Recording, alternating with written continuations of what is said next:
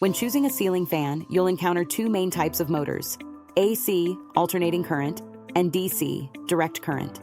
AC motors are the traditional motor type and are found in most budget-friendly ceiling fans. They do the job well, but they can be noisy and less energy efficient. If you're looking for a standard, reliable fan for basic needs, an AC motor should be sufficient.